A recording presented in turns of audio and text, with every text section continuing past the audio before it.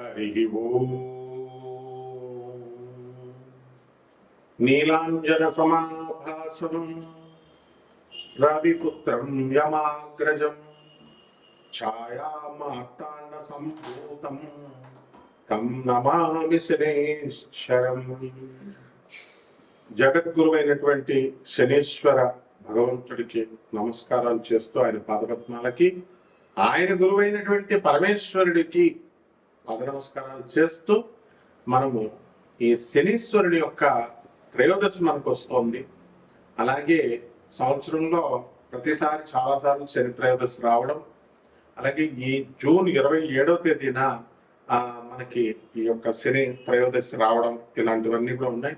అలాగే శనీశ్వరుడి యొక్క ఇదేమిటంటే శనివారం నాడు శని త్రయోదశి రావడము, ఆ శనివారమే పడుతుంది, త్రయోదశి తిథిలో పడుతుంది.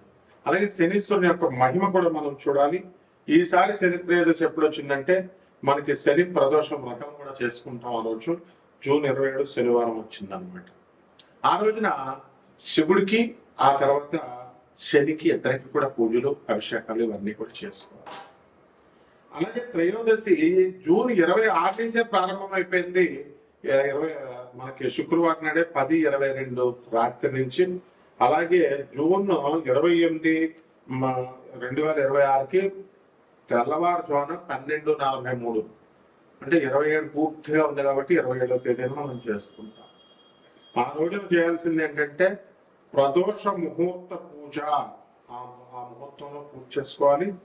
అది మనకి చక్కగా 7-12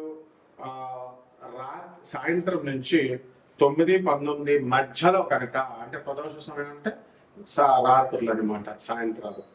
ఆ టైంలో తైలాభిషేకం చేసుకోవాలి. అలాగే శివుడికి అభిషేకం చేసుకోవాలి పాలు నీళ్లతో. అలాగే బేల్పత్రం అంటాం కదండి, అంటే ఈ యొక్క బెల్మదళాలు, మారేడాకులు, అవి వాటితో చేసుకోవాలి. దాన్ని అడవి యాపిల్స్ అంటాము, వుడ్ యాపిల్ లీవ్స్ అంటాము. ఇవన్నీ కూడా 13 ఒత్తులతో మనము ఆరాధన చేసుకోవాలా, దీపాలు వెలిగించాలి. మస్టర్డ్ ఆయిల్, నువ్వుల నూనెతో కానీ, అలాగే నెయ్యి దీపాలు కానీ వెలిగించాలి. అలాగే 13 ఒత్తులు వేయాలన్నమాట ఒక్కొక్క దాంట్లో కూడా. ఈ రకంగా మనం చేసుకోవాలి. లేదా ఒక్కొక్క ఒత్తు చొప్పున 13 ప్రమిదలు పెట్టుకొని వేసుకోండి, లేదా ఒకే ప్రమిదలో 13 ఒత్తులు వేసుకోండి. అసలు శనిని ఎంత భయంకరంగా చిత్రీకరించారంటే, శని 7.5 అంటే ఏలినాటి శని జరుగుతుంది. దాన్నే 7.5 దయ్య అని అంటాము. మరి ఈ సమయాల్లో కేవలము హాని చేస్తుంది అనే విధంగా చెప్పారు. అంటే శని ఏలినాటి శని జరుగుతున్నప్పుడు, అర్ధాష్టమ శని జరుగుతున్నప్పుడు, అష్టమ శని జరుగుతున్నప్పుడు ఓన్లీ బాధలే కనుక పెట్టినట్లయితే, ఓన్లీ కష్టాలే కనుక పెట్టినట్లయితే ఏ మానవుడు బతకలేడండి. ఎందువల్లంటే ప్రతి రాశికి కూడా మనకి 10 సంవత్సరాలకి మనకి అర్ధాష్టమ శని జరుగుతాడు. తర్వాత 20 సంవత్సరాలకు ఒకసారి అష్టమ శని జరుగుతాడు. అండ్ ఈ యొక్క ఏలినాటి శని ప్రతి 30 సంవత్సరాలకే జరుగుతాడు. ఆ ఏలినాటి శని సమయాల్లోనే పెళ్లి చేస్తాడు, స్థిరపరుస్తాడు, ఇల్లునిస్తాడు, స్థలాలు కొనిపిస్తాడు, అంతా కూడా. అలాగే కష్టాలు పెట్టి బంధువులందరినీ కూడా ఒక్కొక్కళ్ళ స్నేహితుల్ని దూరం చేసి, నువ్వు ఏకాకివి సుమా, నువ్వు ఎక్కడి నుంచి వచ్చావు, అది ఆ ప్రయోజనాన్ని నువ్వు తెలుసుకో. మానవ జన్మ ఈటింగ్ అండ్ మేటింగ్ కాదు. మరి ఏమిటి అంటే నీకు మోక్షం తెచ్చుకోవాలి నువ్వు, అందుకోసం నేను పంపించాము. నీ బ్యాలెన్స్ పాస్ట్ కర్మాన్ని బ్యాలెన్స్ చేసుకోవడానికి వచ్చావు. అలాగే నీ భయాన్ని ఎలివియేట్ చేసుకోవడానికి, పోగొట్టుకోవడానికి వచ్చావు. అండ్ నీ అబ్స్టకల్స్ అన్నిటిని కూడా ఓవర్కమ్ చేసుకోవాలి, నీ అడ్డంకులన్నీ కూడా తొలగించుకోవాలి అనేటువంటి అపూర్వమైనటువంటి సమయం ఈ శనీశ్వరుడు మనకి ఇస్తాడనమాట. అయితే అసలు శని గురించి ఎంత ప్యాడ్ చేస్తారండి? శని ఏదో హాని చేస్తున్నట్టు. అసలు శని గురించి ఏమన్నా తెలుసా? శని భూమి కంటే కూడా, భూమి ఒక గ్రహం మనకు తెలుసు కదా, శని కూడా ఒక గ్రహమే. కానీ మనము నవగ్రహాలలో భూమిని మనం తీసుకోవాలి, మోడర్న్ సైన్స్ లో మనం గ్రహం కింద తీసుకుంటాం. ఇప్పుడు ఆ శని ఎంత బరువుగా ఉంటుందండి ఈ యొక్క భూమి కంటే కూడా. ఎన్ని సైడ్లు అంటే వైడర్, ఎంత వెడల్పుగా ఉంటుందంటే డయామీటర్ లో 9 రెట్లు వెడల్పుగా ఉంటుంది భూమికి. అంటే భూమిని ఆ చివరి నుంచి ఈ చివరి వరకు మనం కొలిచామనుకోండి, అలాంటివి మనకి 9 రెట్లు 9 మీటర్ ఇదైతే 9 మీటర్ల స్కేల్ పెడితే అంత వెడల్పు ఉంటుంది శనీశ్వరుడి యొక్క గ్రహం. ఆ తర్వాత దాంట్లో వాల్యూమ్ అంటే ఏంటంటే, ఇప్పుడు ఒక గ్లాస్ లో ఎన్ని నీళ్లు పడతాయి, చిన్న గ్లాసు పెద్ద గ్లాస్ తీసుకుంటాం కదా, ఆ పట్టేటటువంటి దాన్ని వాల్యూమ్ అంటాం. ఆ 700 భూముల్ని అందులో దూర్చామనుకోండి, 700 సైజుల భూముల్ని దూరిస్తే శని గ్రహంలో దూరిపోతాయి అన్నమాట. అంటే అంత పెద్దది వాల్యూమ్, లోపల అంత ఖాళీ ఉంది. ఆ తర్వాత ఈ భూమి అంతా కూడా డెన్స్ దళసరిగా ఉంది. తర్వాత రాకీ ప్లానెట్ అంతా కూడా పర్వతాలు ఇవన్నీ కూడా రాళ్లతో ఉంటుంది. కానీ శని మాత్రం గ్యాస్ అండి. ఈ యొక్క గాలి వాయు రూపంలో ఉంటుంది, చాలా పెద్ద వాయు రూపంలో ఉంటుంది. అది ఎంత లార్జర్ అంటే ఎంత పెద్దగా ఉన్నప్పటికీ కూడా సైజులో మరి లైటర్ గా ఉంటుంది, చాలా బరువు చాలా తక్కువగా ఉంటుంది భూమి కంటే కూడా. ఇకపోతే మనకి ఈ కంపేర్ చేసుకోవాలి, ఎందుకంటే భూమి మీద మనం బ్రతుకుతున్నాం, ఆ శని యొక్క ప్రభావం మన భూమి మీద మన మీద పడుతుంది. కాబట్టి ఎనర్జీసే కాకుండా ఆ ప్రతిదీ కూడా ఆ లైట్ పట్టము, ఆ గ్యాస్ యొక్క ప్రభావాలు, ఎనర్జీస్, ఆ శక్తి మనం ప్రభావితం చేస్తుంది అన్నమాట. అయితే సాటర్న్ ఈక్వటోరియల్ డయామీటర్ ని కనుక మనం తీసుకున్నట్లయితే శనిది 120,536 కిలోమీటర్ల అంత వెడల్పు ఉంటుందండి. అంటే 74,898 మైళ్ళు అనమాట. అలాగే మనకి భూమిని కనుక మనం తీసుకున్నప్పుడు మనకి 74,898 శని అయితే కేవలం 7,917 మైళ్ళు మాత్రమే ఈ యొక్క భూమి ఉంది. ఇక వాల్యూమ్ల విషయంలోకి వచ్చేసరికి మనకేమవుతుందంటే ఘన పరిమాణము 764 భూముల నుంచి 766 భూముల్ని ఆ యొక్క శనిగ్రహంలో ఇవ్వచ్చు మనం. తర్వాత 95 రెట్లు బరువు ఉంటుంది భూమి కంటే కూడా.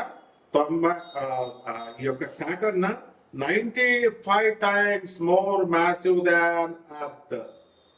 అయితే మరి బరువులో కూడా గాలి ఉన్నప్పటికీ కూడా చూడండి, బట్ ఏమంటున్నాడు, Saturn is massive compare to earth. భూమే ఎంత బరువు ఉంటే అసలు శని ఇంకా బరువు అనమాట. గ్యాసులతో ఉండి కూడా అంత బరువు ఉంది చూడండి. అయితే ఈ విజువల్ స్కేల్ ని కనుక మనం తీసుకున్నట్లయితే ఒక నికెల్, ఒక చిన్న ఉంగరం తీసుకున్నాం అనుకోండి, దాని ఉంగరం సైజ్ లో స్టాండర్డ్ నికెల్ లాగా మనం తీసుకుంటే వాలీబాల్ సైజ్ లో శని ఉంటాడు అనమాట. ఆ తర్వాత ఒక రింగ్ సిస్టమ్ అనేటటువంటిది వలయాల్లో ఆర్బిట్స్ లాగా మెయింటైన్ అవుతా ఉంటది శని. అక్కడి నుంచే మనకి శక్తి వస్తుంది, రింగ్ సిస్టమ్ నుంచే మనకి శని యొక్క ప్రభావాలు మన మీద పడతా ఉంటాయి అన్నమాట. మొదట రింగ్ క్లోజర్ గా ఉన్నప్పుడు భూమికి అవుటర్ రింగ్ ఎక్కువ, ఇన్నర్ రింగ్ కి వెళ్ళే కొద్దీ ఇంకా ఎక్కువగా ఆ భూమిని లాగుతా ఉంటది శని యొక్క రింగ్. సో ఏ విధంగా అయితే ఎలక్ట్రాన్స్ అంతా కూడా ఈ యొక్క న్యూట్రాన్ ప్రోటాన్స్ మధ్యలో ఉంటే ఎలక్ట్రాన్స్ లా తిరుగుతున్నప్పుడు బాగా చివరన ఉన్నటువంటి లాస్ట్ ఆర్బిట్ ఈజీగా తీసేయచ్చు. లోపల ఉన్నటువంటి ఆ యొక్క ఆర్బిట్ లో KLMNL షెల్స్ ఉంటాయి. ఆ దగ్గరగా ఉన్నటువంటిది ప్రోటాన్స్ కి న్యూట్రాన్స్ దగ్గర ఉన్నది పీకడానికి ఎక్కువ ఎనర్జీ అవసరం. ఇదే విధంగా సేమ్ రూల్ అప్లై అవుతుంది మనకి. ఇక అందువల్ల శని యొక్క ప్రభావం అనేటటువంటిది చాలా అధికంగా మన మీద పనిచేస్తుంది. ఎప్పుడు అర్ధాష్టమం, అష్టమం, తర్వాత ఈ యొక్క ఏర్నాట్స్ జరుగుతున్నప్పుడు. ఇకపోతే మనకి ఈ వీటితో శని గ్యాస్ జైంట్ అన్నాం కదా, ఏముంటుందండి డెన్సిటీ డిఫరెన్స్ ఏమిటి అని అంటే, ఈ యొక్క భూమి కంటే కూడా శని చాలా పెద్దగా ఉంటుంది, ఎక్కువగా హైడ్రోజన్ హీలియం గ్యాసులతో నిండి ఉంటుంది. అందువలన వెరీ లో డెన్సిటీ, సాంద్రత అనేటటువంటిది చాలా తక్కువగా ఉంటుందన్నమాట.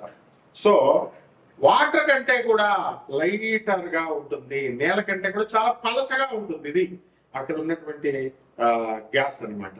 సో మనము ఏం చేయాలి అని అంటే, ఒక పెద్ద ఓషన్ మహాసముద్రాన్ని కనుక మనం తయారు చేసినట్లయితే అందులో మనము ఈ యొక్క ఈ శనిని కనుక వేస్తే ఆ పైన బంతిలాగా అది తేలిపోతుంది అనమాట. సో ఇక్కడ మనం సాలిడ్ సర్ఫేస్ అనేటటువంటిది చుట్టూ బయట అంచులాగా ఉండదన్నమాట. శనికి సాలిడ్ సర్ఫేస్ ఉండదు, and only composed of hydrogen helium ఉంటుంది. కాబట్టి గ్యాస్ నుంచి లిక్విడ్ గా మారుతుంది. అదే అనమాట మన జాతకాలు మారడం అంటే గ్యాస్ నుంచి లిక్విడ్ స్టేట్ కి, లిక్విడ్ నుంచి సాలిడ్ స్టేట్ కి, ఇవన్నీ కూడా మనం చదువుకున్నాం. అలా మనకి ఈ మారుతున్నప్పుడే మనకి చక్కటి ఫలితాలు, శుభ ఫలితాలు, చెడ్డ ఫలితాలు అనేటటువంటి ఇవ్వడం జరుగుతుంది. కాబట్టి డెన్స్ సెంట్రల్ కోర్ ఉంటుంది. ఇక్కడ అక్కడ ఉన్నటువంటి వాతావరణాన్ని కూడా మన మీద ఏ విధంగా ఉంటుంది, అక్కడ ఏముంటుందంటే 96% హైడ్రోజన్ ఉంటుంది, అలాగే 3% నుంచి 4% హీలియం ఉంటుంది. అలాగే ఇక్కడ ట్రేస్ అమౌంట్స్ కొద్దిగా అమోనియా, మిథేన్, వాటర్ ఐస్ ఇవన్నీ కూడా ఉంటాయి. కాబట్టి ఈ యొక్క దీనికి ఏంటంటే ఒక డెన్స్ కోర్ ఆఫ్ రాక్ ఉంటుంది, మెటల్స్, ఐరన్ అండ్ నికెల్ దొరుకుతుంది. అందువలనే మనము శనికి ఇనుముకి సంబంధం అంటాం. శని గ్రహం అంతా కూడా ఐరన్ అండ్ నికెల్ ఎక్కువ ఉంటుంది. ఆ శని గ్రహం బలంగా ఉన్నటువంటి వాళ్ళకి అందువల్లనే ఫెర్రస్, మనకి మోకాళ్ళ నొప్పులు ఇవన్నీ కూడా రావు. ఎముకల నొప్పులు స్ట్రాంగ్ గా ఉంటాయి అనమాట. ఎముకల నొప్పులు అది ఉండవు అనమాట, బోన్స్ స్ట్రాంగ్ గా ఉంటాయి. అండ్ ఈ ఐసెస్ 10 to 15 times the mass of the earth వరకు కూడా మనకి ఇవి బరువుగా ఉంటుంది. కాబట్టి ఓన్లీ గ్యాసియస్ మేకప్ ఉంది. కాబట్టి ఈ యొక్క ప్లానెట్ సాటర్న్ సోలార్ సిస్టమ్ లో ఈ యొక్క వాటర్ కంటే కూడా లెస్ డెన్స్, అంటే పల్చగా ఉంటుంది అని చెప్పబడింది. కాబట్టి ఇంత సైంటిఫిక్ గా మనకి ఈ యొక్క శని, మన ఋషులు ఎంత గమనించారండి, ఎవరెళ్ళి కొలిచారండి అసలు సాటర్న్ ని. మన మోడర్న్ సైన్స్ ఏమో శాటిలైట్స్ ని వదిలి ఇలా కనిపెడితే, మన ఋషులు చెప్పింది, ప్రాచీన ఋషులు ఏన్షియంట్ ఆస్ట్రాలజీలో ఆస్ట్రానమర్స్ అంతా కూడా ఎంత ఈజీగా చెప్పారు. ఆర్యభట్ట వీళ్ళంతా, వరాహమిహిరుడు వీళ్ళంతా సేమ్ ఇనుముకే సంబంధం ఎందుకు చెప్పారండి? అక్కడ ఐరన్ అండ్ నికెల్. అలాగే గ్యాసియస్ చూడండి, శని అనుగ్రహం ఉన్నటువంటి వాళ్ళు, శని నక్షత్రాల్లో పుట్టినటువంటి వాళ్ళు గ్యాస్ కొడితే వాళ్ళు ఉబ్బిపోతారు, వాళ్ళు కోపం వస్తే తిడతారు. అలాగే లోపల మనసులో లోపల ఉంటుంది అనమాట ఏదో ఒకటి. వాళ్ళకి ఏదైనా ఇది రహస్యం చెప్తే ఉంచరు, బయట చెప్పేస్తారు, ఎక్కేస్తారు. అన్నీ కూడా కొర్లేట్ చేసుకోవాలని చదువుకోవాలి. అంతేగాని చేప బళ్ళు పెడతాము, మందు పెడతాము, తర్వాత ఈ యొక్క చేప బళ్ళు తీసేస్తాము. చేయడం ద్వారా తీయడమేంట్రా? అసలు ఏదైనా సమస్య వస్తే దానికి సమస్య పరిష్కారం కనిపెడతారు. చేయడమేరా నాకు చూడండి విచిత్రం. తంత్రగాళ్ళు అని చెప్పుకుంటారు, మంత్రగాళ్ళు ఏమైనా ఈ బోగస్ గాళ్ళకి ఏంటంటే ఏమని చెప్పుకుంటారు, ఇప్పుడు ఏదైనా చేస్తే అది చేయడం వస్తే ప్రాబ్లం ఉంటే దాని సొల్యూషన్ కనిపెడతారు. ప్రాబ్లం ఏంటో నీకు తెలియదు, చేయడం రావడం తీయడం వచ్చు అంటే, నాకు చేయడం రాదు తీయడం వచ్చానంటే అది బోగస్ గాడు అని అర్థం, ఫేక్ గాడు అని అర్థం. నెక్స్ట్ మరుగు మందులు అంటారు, వశీకరణాలు అంత తేలిక. ఈ వేళకు ముందు వాళ్ళ పిల్లలు వశీకరణాలు అయి ఉండరు, వాళ్ళ మాట ఎవరు వినరు. తర్వాత ఈ యొక్క ఇక ఇంకేమిటండి, జాతకాలే మార్చేస్తాం మేమే దేవుళ్ళు అని చెప్తారు. ఇట్లా బోకస్ గారు దేవుడు. అందుకే వీళ్ళకి కరెక్ట్ మొగుడు గోగినేని బాబు దిగుతున్నాడు. గోగినేని బాబు ఏం చెప్తాడంటే, బాగా ఇదొకటి ఫ్యాషన్ అయిపోయింది అనమాట. గాలి చూసావా, గాలిని చూపిస్తావా, అలాగే దేవుడు కనబడడు అని. అందుకే కరెక్ట్ మొగుడు ఏం చెప్పాడు, సౌండ్ ఏమవుతుందని వినబడుతుంది.